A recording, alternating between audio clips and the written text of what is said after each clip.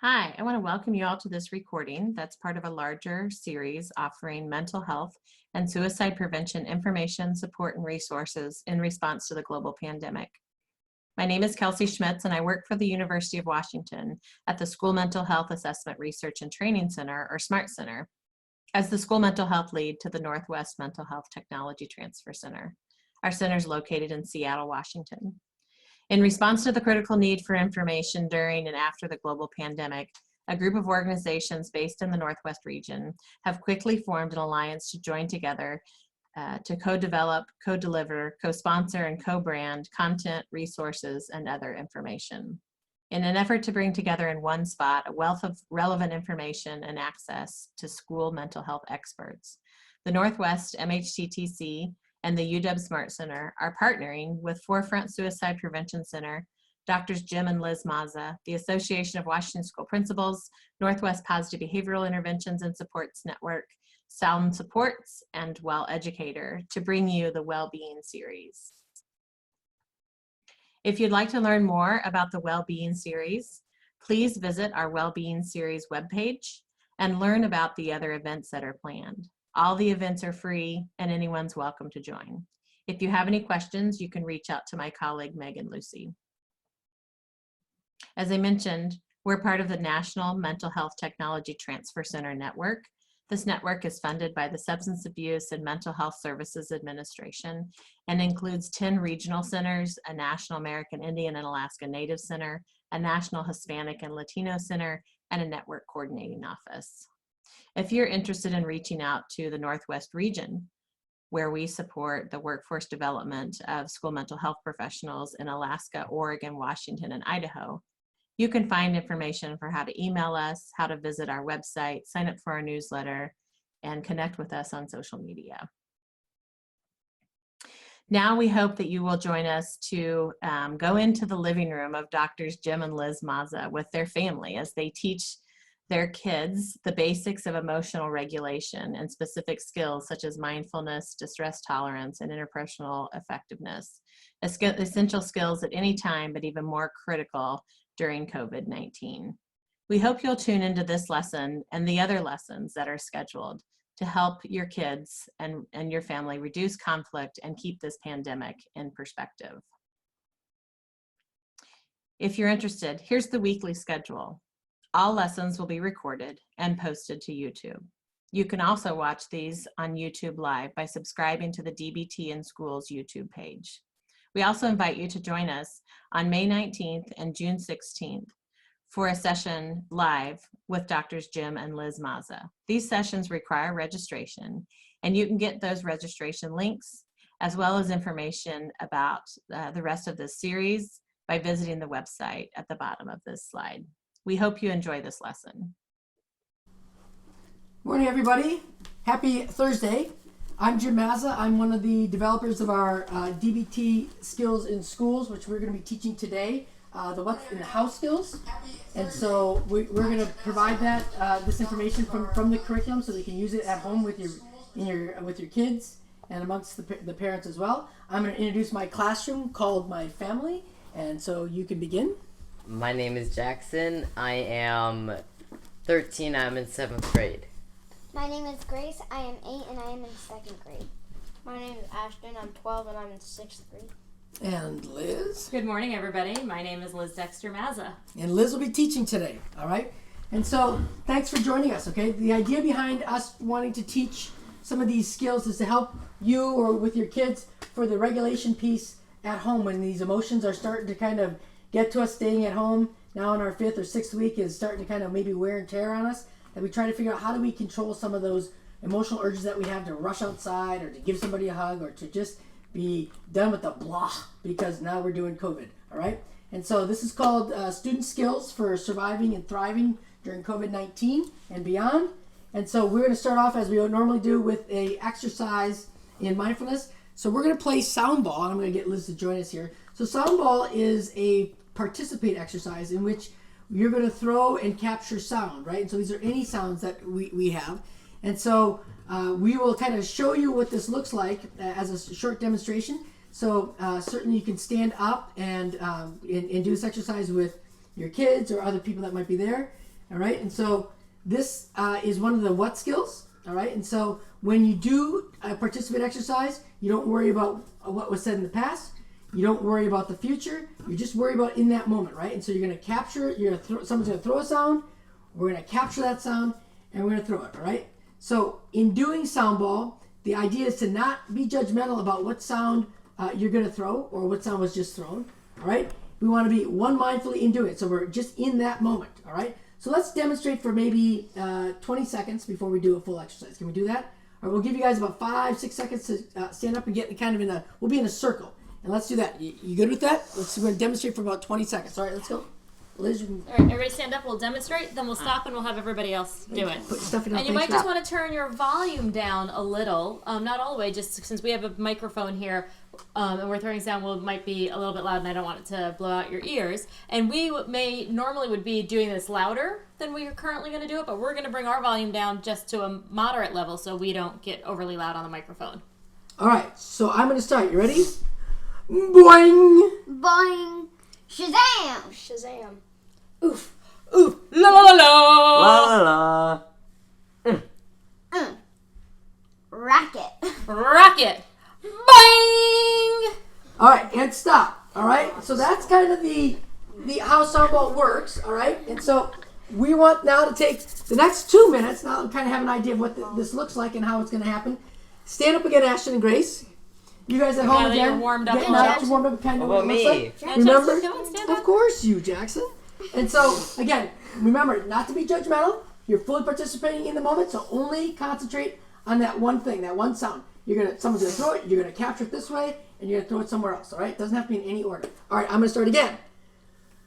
Shazam! Shazam! Oof. Oof. Flop. Flop! La la la! La. Re. Reek! Ruff! Ruff. Ricket. Rickets. Row. Row! Boing! Boing! Mary had. Mary had no. No! Yes! Yes. Oof. Oof. Flopper whoops. Flapper whoops! Alright. Nice work at home. All right. Thank you. So that is one of our participate exercises. We then, when we do a mindfulness exercise, we debrief it, right? We go through and say, what did you notice during that exercise? So I'm going to ask my class, my kids, what they noticed. All right. So what did you notice when you were doing the participate exercise? I yelled out random noises. Random noise. That's okay. Were you judging your noises? No. Okay, great. Maybe. We said things twice. We said things twice. We did say some things twice, right? Just from the demonstration one to what we did again. Okay. No, we said oof twice. Oof twice. All right. Oops. Jackson. I noticed that you two had a lot more emotion than us. Yeah, it's true. So I think that Mom and I were participating a little bit more fully into it. Even Grace got a couple swings in there, right? And then, yeah, you had you were resting on that arm a little bit there, right? And so we want you to be fully participating in those things, right? And so that might be that next time I'm going to put you over there so you have to stand. Yeah? No. Yeah. And that was just, yes, you would be in the camera. All right. Jackson, anything else that you noticed when you were doing it? Nope. All right. So what's the idea behind practicing that mindfulness exercise? Being mindful. Being mindful, what does that mean, though? In the moment. Yeah, being in the moment. Present Why do we want to be in the moment? So we're not thinking about the future or the past. We're thinking about here. That's right. Just being in the moment and enjoying the moment for what it is, right? Because if we think about the future and we think about the past, what can happen? We miss the moment. We miss the moment. Well, and we can start to grab things from the future and worry about the future, which it fuels our emotions. Or we think about things from the past, and that also fuels our emotion. What happens when our emotions get too fueled, have too much fuel? They take Go above 65. They do it, and then what does that mean? They drive the bus on that. Yeah, they start to, our emotion mind kicks in, right? Not our wise mind, and they start to drive the bus. And driving the bus, you mean by what? What does that mean? Taking control. Taking control of what? Your actions. Yeah, or your thoughts, right? Or your Prefrontal decision making. cortex. And so we don't want to do that, right? So that's great. All right, Mom, I am putting you on for teaching. What and how skills? Awesome. Thanks, All you right. guys. Thanks, guys. All right, so Good morning, everybody. Good afternoon, depending on where you are located. Today we're going to finish up with our mindfulness skills today. Are you guys ready? Yeah. Yeah, you're all in? No. Oh, okay. That's a good thing we're teaching the participate skills today, so we can talk about how we participate and go all in. Thank you. All right, so just a little recap. Dad just went over with all of you on what mindfulness is, right? So kind of from our mindfulness exercise today, is mindfulness always this? No. No, mindfulness is being in this moment right now without judgment and trying to change it. And like Grace said, not being in the future and not being in the past. Is that correct? Mm-hmm. Okay. So the other day, when we were going through this with all of you, we talked about the mindfulness skills of wise mind and how we want to recognize if we're in emotion mind or making a wise mind decision. And then we started talking about a little bit about the skill of observing. Who remembers what observing is? And if you guys watched this the other day, you remember what observing is? Let us know. Taking observations. What does that mean? Looking. To look, right? It was like being aware of your surroundings. Being aware, right? Noticing, right? We talked a lot about noticing. Because observing is simply trying to notice your thoughts, notice the sensations in your body, notice the emotions that you're feeling, notice things that are around you.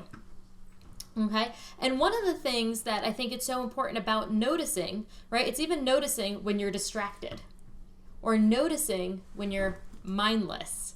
Like the other day when I noticed that I was pouring egg whites into my coffee, right? I was having a mindless moment and then I noticed I got mindful of what I was doing. Wasn't that Tuesday? Yes, it was on Tuesday. Yeah, the other day.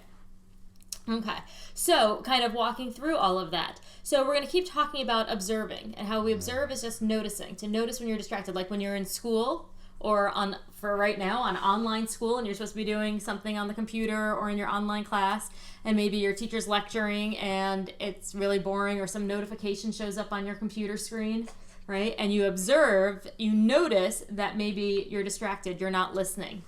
Or have you ever been in a conversation with somebody or in class where the person is giving you information and you're having the thought, I already know this, and so you stop listening, right? And you're like, oh, I can just fill in that information. I know what they're going to say, right? And so being able to notice that you had that thought can be really helpful to you, right? Right? To notice that you might just be filling in information. Right, because sometimes we do that. We fill in information, and I'll show you what I mean by that in a couple minutes.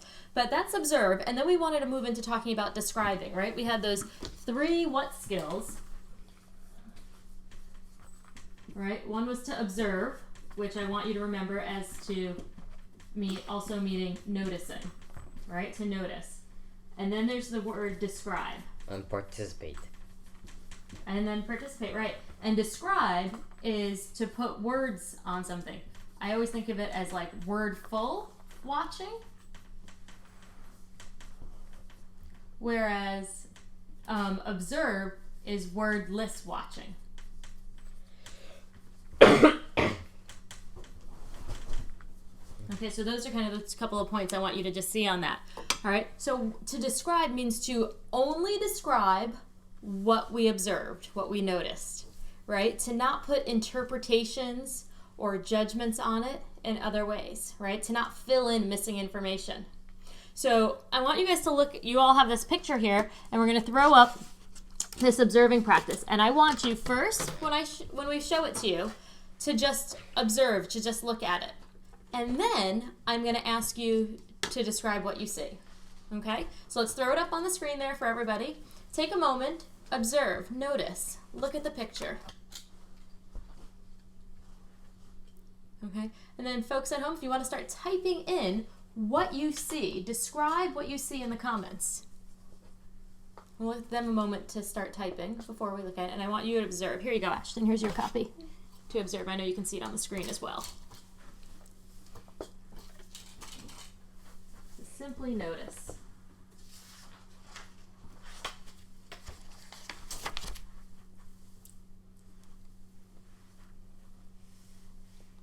Okay, what do you guys notice? Describe what you see. I noticed that. Jackson. Oh, hold on, Grace. Jackson.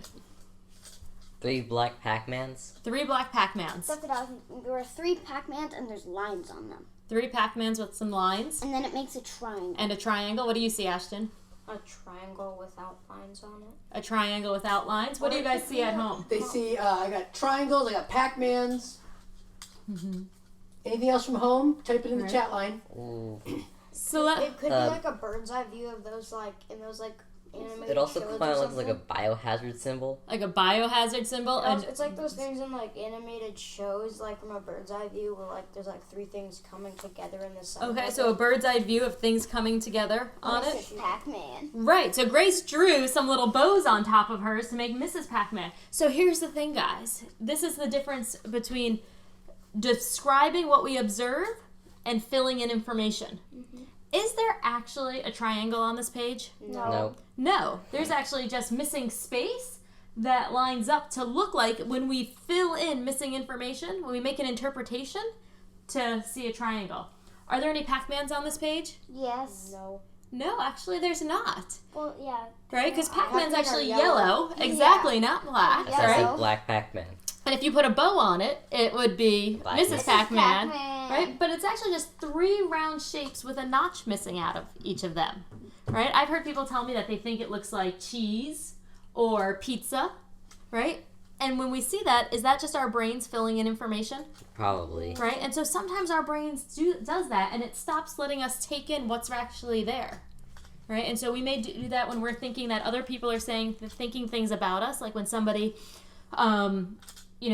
walks into a room and doesn't say hi, we start filling in information about what we think they might be thinking. Like, oh, are they mad at us?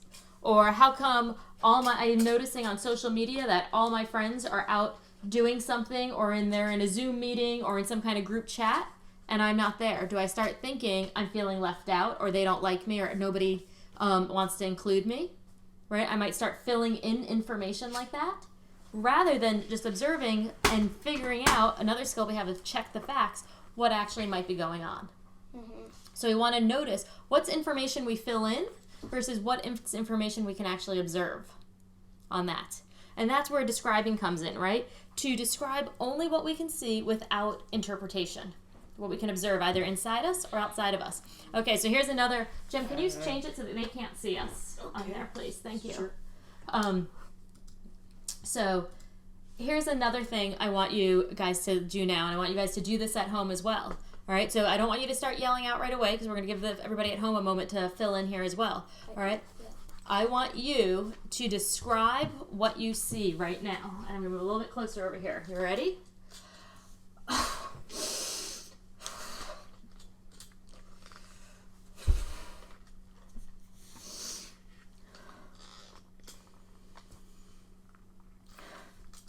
Okay, so write down what you described right there. Write You guys down. Write down. Where do we write it? Right on the Anywhere on your triangle. page. Oh. And you guys type in, what do you see?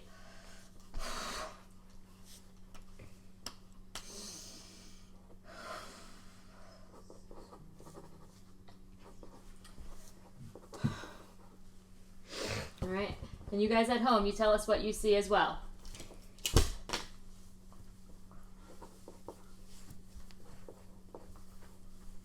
All right. Do you have anything coming in there? We've got some Looking right now. Hands on hips, deep breathing. hands on Thank hips, you. deep breathing. Okay. What do you guys see? A triggered teacher that just got hurt because one of her kids was messing around. All right. A triggered teacher that just got hurt because one of her kids was messing around. What did you see? ahead. Anger, frustration, annoyance, and pain. Anger, frustration, annoyance, and pain. What do we have over here? A mom being a mom. A mom being a mom. What do you see, Grace? Stomping, crinkling face, and madness. And madness. Okay, so in all of these pieces, Everyday let's talk life. about which ones of these describes that you all did are ones that you actually observed versus ones that you made an interpretation of. So I heard somebody say, hands on hips, deep breathing. Was that something you observed, or was that an interpretation? Observed. That's what you observed. My hands were like this, and I was making really loud noises. Okay? Grace, you said crinkling face, right? That was something you observed. Did you observe madness? Or did No, you... like, I was thinking madness in my mind, though I did not see it. Right, So because... I was thinking of writing it down. So I Okay, just so you were thinking madness, right? You were thinking like everything I was doing, oh, she must be mad. You were making an interpretation on that. Ashton, what did you said? An interpretation like, oh, she looks like a teacher raging. Is that what you said? What were the exact words? What I wrote on the paper was a pissed off teacher in pain. Okay, so a really pissed off teacher in pain, right? Kind of, that was the interpretation you made of my actions. And Jackson, what'd you put down? You had anger, frustration, annoyance, pain. Okay, so can we really observe, like, did you observe anger, frustration from this, or is that an interpretation you made from my behavior? An interpretation, right? And so kind of brows furrowed, looking up, right? Those are some observations. So I hope you can see the difference between what we observe and what we interpret, right? That sometimes it's our minds, because sometimes we fill in information. And I think right now during COVID-19 is one of those times where many of us are at home. We're not interacting a whole lot socially with other people outside of our families. And it's giving us a lot of time to just kind of be in our heads by ourselves, and which provides sometimes opportunities for some negative thoughts to be coming in, especially when you're not engaging and interacting with other people, like maybe some negative thoughts about yourself, and to be able to notice that those are some interpretations that might not be based on facts. And so just observing and describing thoughts as thoughts is really important to recognize what's a thought and that not all thoughts are facts or are true. Okay, so when we're describing. So let's talk about the last what skill of mindfulness here now. Participate. Right? Somebody read to me what the participate is. It's on your hand, then the handout you have there. And then so everybody else at home can hear it too. Yeah, Gracie, read it for us. Throw yourself into the present moment fully. E.g., dancing, cleaning, taking a test. Feeling sad in the moment. Try not to worry about tomorrow or focus on yesterday. Become one with whatever you're doing. Get into the zone. Fully experience your feelings without being self-conscious. Experience even negative emotions fully to help your wise mind make a decision about whatever to do instead of acting impulsively. Awesome reading. You get reading points for the day. For school. That was great. Okay. So throwing yourself in. So what did we do already this morning? That was a participate activity about throwing ourselves in all the way. Sound ball. Sound ball. Exactly. Right? And were there some urges or maybe thoughts during sound ball about judgments about what other somebody else's sound was or what your sound was going to be? Right? And noticing that, right? So and did you have the urge to just kind of step outside and watch rather than go all in? Yeah. Right, and does that sometimes maybe happen to you at home or at school or during other sports activities where you're questioning whether you want to fully participate in something? Either because you're worried about how other people may judge you, right, on things, and so you just kind of want, or how you might judge yourself, how you may actually do in whatever the activity is, so you kind of hold back thinking maybe at times, well, if I can't do this perfectly, I'm not going to do it at all. Do you sometimes maybe have that experience, right, of not throwing yourself completely in, right? So this is about being all in, like being in the zone. Like, Ashton, when you're playing soccer and, like, you know, and the ball's coming at you and you're goalie, or when you're playing as defender, do you get in the zone? Do you kind of, like, focus completely all in one moment just participating in that game? Yeah. Right? When it's right there and you're in the middle of the action? Mm-hmm. Right? Can you make sure everybody can hear you? Uh-huh. Yeah.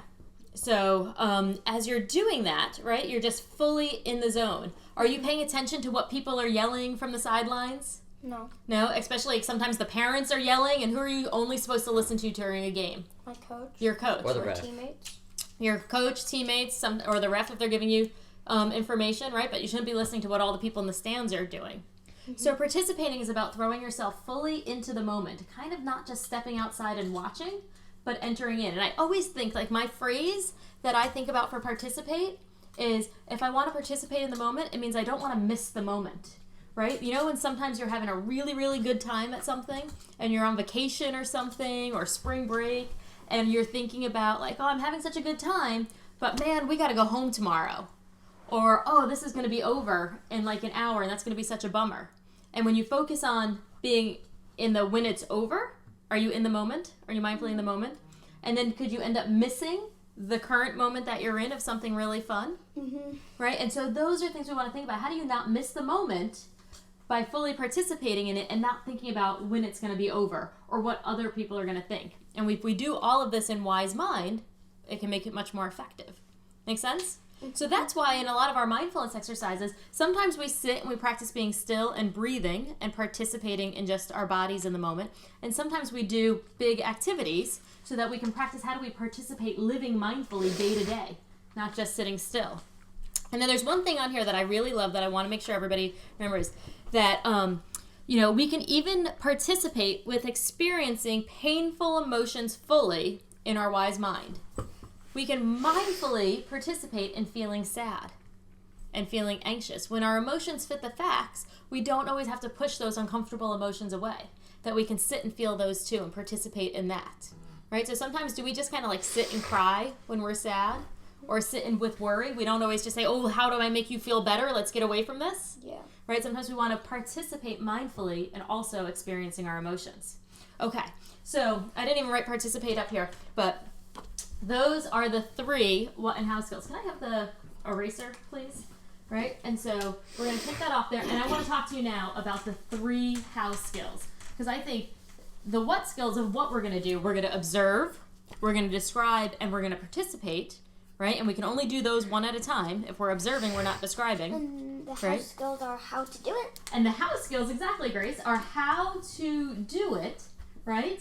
And those, we're going to talk about 3 of them, right? We're going to talk about being non-judgmental, being one mindfully, and being effective. So for non-judgmental, you guys, we've talked a lot about this before, and we've done this in one of our previous lessons. What does it mean? And if you've got your hand out, Jackson or Grace, maybe you can read for Jackson or Ashton, maybe you can read for us. Okay. So let's talk about what it means to be non-judgmental. And you guys, there's a lot there, so you can split those up. Jackson, can you just pick the whole thing up?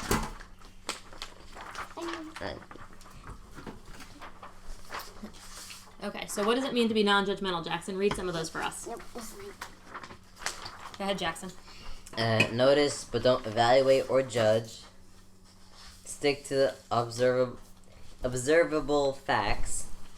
Acknowledge the harmful and the helpful, but don't judge it. For example, replace "he's a jerk" with "he walked away while we were talking." You can't go through life without making judgments. Your goal is to catch them so you have more control over your emotions. When you find yourself judging, don't judge, you're judging. And then we'll get to the other pieces there, okay? Thanks, Jackson. So what non-judgmental, right? Basically, in a nutshell, here's what I want you to know about being non-judgmental on this, okay? On non-judgmental, I want you to know that judgmental words, right? Or actually, let me write it this way. Judgmental words are shorthand for good and bad. Like the good and bad outcomes of something, right? Like a lot of times we hear people say like, don't do that, it's inappropriate. You shouldn't be acting that way, it's inappropriate. Inappropriate is just another word for bad, right? Don't do it because it's going to have this kind of negative outcome if you do it. Or consequence, great, right? And the same thing, like that's appropriate behavior is another way of saying that's good. It will have a positive outcome or consequence, right? Or it just doesn't have a negative outcome. Or just doesn't have a negative. It can be neutral also. And so when we're thinking about that, what we really want to think about there is, what is that telling us, right? Like if I say, Grace, stop doing that, it's really bad. Do you really know what I mean? No. Or what I'm talking about, right? Or if I say, that guy came up to our porch the other day and he was such a jerk. The mailman? Right? Do you know? No. It could have been the mailman, and what made him a jerk? He dropped the mail. He dropped the mail, or he set down the mail. No, he didn't set down the mail. He just dropped it. He just dropped it, or maybe he didn't wear a glove when putting it in our mailbox. Or maybe because he knocked on the door when we were in the middle of recording a live stream. When I say he's a jerk, do you actually have any idea what he did? No. But when I say someone's a jerk, what do you think it does to my emotions? It makes them Feels flare. It makes them flare, right? I always think of judgmental words, like shorthand for good and bad, right? Those are words that like fuel the intensity of my emotion, right? Same thing if I say, oh my God, that guy was so awesome, it was the best thing ever. Does that fuel my excitement and my joy? Makes it bigger, right? And so those judgmental words can be fueling the intensity of and getting me further into emotion mind. Mom, Yeah, Grace. you said judgments are the shorthand words for good and bad, Mhm. but good and bad are judgments. Yes, they are. Exactly. You got it. And so when we talk about good and bad, those are judgments that sometimes they don't give us enough information and they keep us away from describing what we see, right? Because sometimes even people say like, oh, you look so angry, as if that's a bad thing, right? We make those interpretations that being angry is bad or being sad is bad when it just is. And so we want to practice describing non-judgmentally. And so, if I want to say like, hey, the mailman came in and he knocked on the door and just dropped all of the mail on the porch without putting it in the mailbox, that takes a whole lot more words. But is that giving me more of a description rather than just saying he was a jerk? Much more. Much more, right? And what do you think happens to my emotions? Do they get as intense No. if I use all those words to describe exactly what he did? Right? So I'm going to practice describing non-judgmentally, right? To start trying to take away the shorthand, right? Do you ever have that in school? And maybe right now you're having that with thinking that you either have too much schoolwork or too little schoolwork, or the assignments that you're getting are stupid or worthless. There's no such thing as too little schoolwork. There's no such thing as too, I bet to some parents there's some things as too little schoolwork. But when you're doing any of your assignments, have you had the thought, this is stupid? I don't understand why I have to do this. No. And Yes. see, yes. And when you No. have the thought, this is stupid, does that make you want to do the work? Or does it make it less likely and less encouraging and for you to do the work? Probably not. Right? You don't want to do it much less, right? Because that stupid word fuels your judgments and can fuel your anger. And the more you're angry, the more you don't want to do it. Make sense? Yep. So we want to practice being non-judgmental. But let me just talk a little bit about these differentiating judgments and evaluating judgments, right? So evaluative judgments, these good or bad judgments, these are the ones we're trying to either get rid of or decrease, right, on things. There's differentiating judgments, right, that discern or discriminate between two things, like a judge in a court of law, right? His job is to differentiate, was your behavior within the law or was your behavior outside the law, right? That's their job, right? We're not trying to get rid of those judgments. Or your teachers at school are trying to differentiate between like, did you meet the grading criteria for this rubric for an A? Or did you meet the criteria for a B or for a C? Or like Ashton, I know on some of like your writing projects, your teachers give you a whole checklist of, did you check your grammar? Did you check your indents? Is your title page formatted, right? They give you all those pieces and they're checking off, did you do it or not do it? Do it or not do it? Mm-hmm. Those are kind of what we call differentiating judgments. We're not trying to get rid of those. It's just the ones that kind of shorthand for good and bad that can end up fueling the intensity of our emotions. Another way to think about these are the judgments that are based on perspective, right? That what you think is good, I might think is bad, right? Like I think you reading Animal Farm is really effective for you to be able to learn about history and allegory and all this stuff. And you might think, Jackson, oh, this is so boring. I don't understand why I have to read this book. It's bad. It's nothing I'm interested in. I only like sci-fi or mystery books, right? And we can, and that may or may not be true, but if we have different perspectives, right? Those are Politics. like politics. This person is good versus that person is bad. Those are the ones we're trying to decrease to just describe. That make sense? Yeah. Okay. So non-judgmental stance is one you'll hear us talk a lot about. The next one is, we've talked about this already, being one mindful. All right? So I'm not going to have us read through this, but one mindful is about doing mindfulness, staying focused on one thing in the moment, being here right now doing this activity. So you're not thinking about, oh, what am I missing in school right now while my classmates are all in school? I'm just focused right now in this moment on being in our Steps A class with everybody online and in our living room here right now. Okay, just being in this place, one mindfully, letting go of distractions and refocusing our attention here. So before we finish up, let's talk about the last piece of the house skills. Activity. Right? Effectively. Yeah, Ashton, can you read effectively for us? Okay. Effectively. Be effective. Focus on what works to achieve your goal. Don't let emotions control your behavior, cutting the cord between feeling and doing. Play by the rules, which may vary at home, school, or work. Act as skillfully as you can to achieve your goals. Let go of negative feelings. I don't know what EG means. For example, is what EG means. Oh, yeah. IE means that also. Okay. That's a great question. Vengeance and useless anger and shoulds. My teacher should have.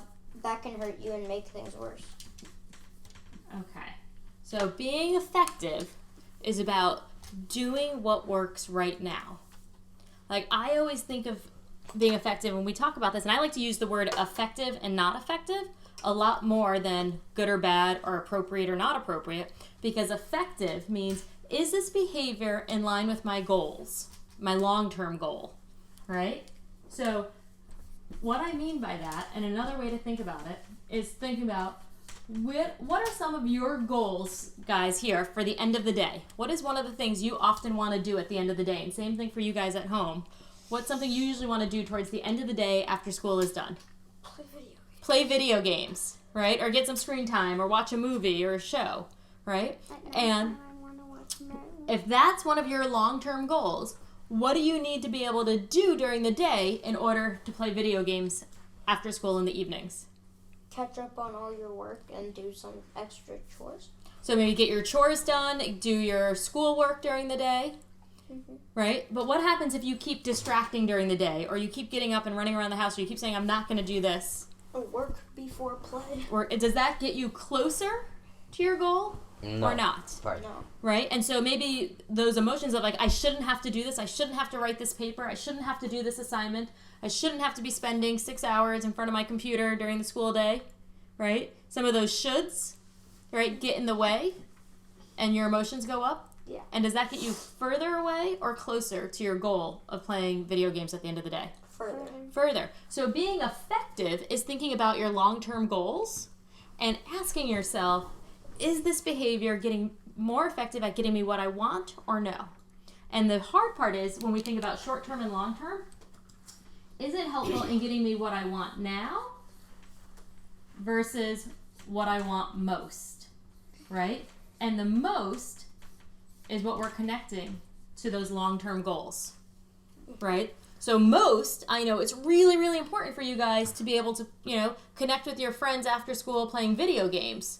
And that's what you really want versus right now, if I just don't feel like doing this assignment. And asking yourself that question during the day, is this what I want now or is it what I want most? Do I want to have this argument with my parents right now because I don't want to do this assignment, or my computer's not working and I can't get online, or I'm just frustrated with the people who are in my house right now, versus what I want most is to be able to play video games later, or to have a family activity, or to be able to go for a walk, or just have some free time to sit and read. That's what I want most. So I think it's really important that maybe at the beginning of each day you think about what are your goals for the day. Or I think for us as like a family, I've been thinking a lot about like, what do I want most as a goal for us as a family when we come out of this kind of new reality of COVID-19 and this stay-at-home order, right? Is it that I just wanted to make sure that is my goal that you just stayed up to date on all of your schoolwork? Or do I want us to come out kind of closer as a family, identifying new family activities that we're going to do together? The latter. Thriving, right. The latter one. Right, the latter one, right? Grace, you said it. That's why this class is called Skills for Surviving and Thriving. Because I don't want us just to survive. What I want most for us is for us to thrive through COVID-19. Not just white knuckle it and get through. Exactly. To kind of grow, like you guys are learning how to do some cooking, you're learning how to cleaning, which makes me really excited in all of this, right? Those are things I want most, for all of us to come out thriving during this time. So I'm often asking myself that question, is it what you want now or is it what you want most?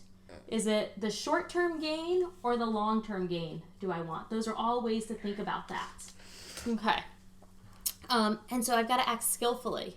Sometimes it's not skillful to, talk back to a teacher or an adult or a parent because you're frustrated right now and it gets you further away from that. I always sometimes think like if I don't want to do an activity in school because I'm so frustrated with this class or this teacher and what I want is to just get out of this class, well, if I do the work now, then I get away from the fact that I might have to repeat the class again next year. So what I want most is to be done with this class as fast as possible. So how do I focus on being effective to get the work done so that I don't have to repeat it next year or get retained or do it again or be with that What does teacher again. retained mean? Retained to be held back, right, and have to repeat the class again. I don't like being held. No. All right. Does that make sense? Okay, because those are the 3 how skills. We're going to practice being effective, right? Thinking about what we want now versus what we want most. We're going to be one mindfully here right now. And most of all, we're going to practice being non-judgmental, right? And we're going to use all of these skills as a way of getting us into wise mind, right? And these skills are the foundations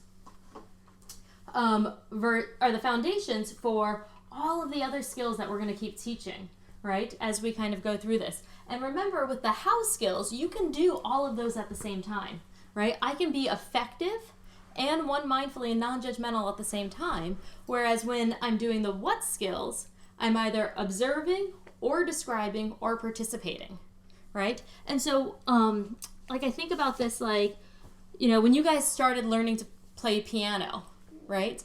Like, first you were just like observing, right? You were just noticing what your piano teacher was doing, watching, taking in the music, taking in the notes. And then maybe you started describing, you'd write the notes out on the music and notice where your fingers go, right? And now when you're playing, often you're just participating, right? You're not thinking about the notes. You've got most of it memorized. You're just kind of moving with the music. On that, you're pulling it all together. All right. How many of you out there have ever played an instrument or been in some kind of performance, like a piano recital for you guys, or maybe a play or a drama or some kind of activity? A band recital. Or a band recital, and you've had to be in there. I always think about when Grace, right before she had her first piano recital, I'll tell you guys this last story of how this all pulls together for mindfulness. And I walked in at the tail end of one of your piano lessons, and her piano teacher was getting her recital ready. And he said to her, okay, you know the music now. We've got to get you ready for the recital. And during the recital, what's one of the most important things you have to remember during the recital? Stay focused. Stay focused. That no matter what happens, keep playing. Right? And so then what did your piano teacher do? He would sing I'm a Little Teapot and like drop his ring and then like start playing at the end of the piano. Like random, like the song like you were playing, but like really high. All while you were trying to focus and play your piece, Or like right? a different piece that you were playing. Right, he'd start playing other notes, he'd start shaking your piano bench, he'd start singing to you. He'd turn off the lights. He'd turn off the lights, all while he was trying to keep you playing. He'd drop things, right? And what did you do during all of that? Try to stay focused. Try to stay focused. That, my friends, is mindfulness. Is putting your attention and focusing your awareness right here, right now, despite all the distractions that are around you. I couldn't do it if someone started singing I'm a Little Teapot. Well, with practice you could, right? That's one of the muscles that we're growing of mindfulness, right? And so that's another piece I just want you to remember about mindfulness. Mindfulness is not about just being able to be focused when the whole room is quiet and there are no distractions around you. Mindfulness is being able to keep your attention and your focus where you want it to be, despite the world of distractions that we live in all the time. All right, my friends, with that, I hope this was a helpful class to you. We've got a few final take-home points for you before we say goodbye. And so here's what I want you to remember for today, is that first, the what and how skills are the skills we use to access wise mind. These are all part of our mindfulness skills. You can only describe what you've observed, and noticing that everything else, that those other thoughts might all be interpretations. And that judgments fuel our emotions, and they're shorthand for good and bad. So we want to describe our behaviors as more effective or ineffective, right? That they're in line with our long-term goals, right? And for you all, I want you, when you're at dinner tonight or throughout the day with your family, why don't you start talking about what is your long-term goal? Either the goal for the day, the goal for the week, or the goal for this COVID-19 period through the rest of the school year. But take those questions, take a screenshot of this, and have this conversation with your family, and then maybe even play some sound ball today or in the next couple of days. With that, we're going to get ready to say goodbye to you all in just a moment. I'm going to ask you to please like this video, subscribe to our YouTube channel, come check us, Jim and I, out on Monday, Wednesday, and Friday mornings for our Parenting Through COVID-19 on both on Facebook and Instagram under DBT in Schools. And then you can always access all of these videos on the dbtinschools.com website. Thank you, everybody. Thank you, guys. Say goodbye. Bye. Bye. Have a great weekend, and we will see you Monday morning or tomorrow morning for Parenting Through COVID-19, and next Tuesday for our next Student Skills DBT Steps A class. Bye.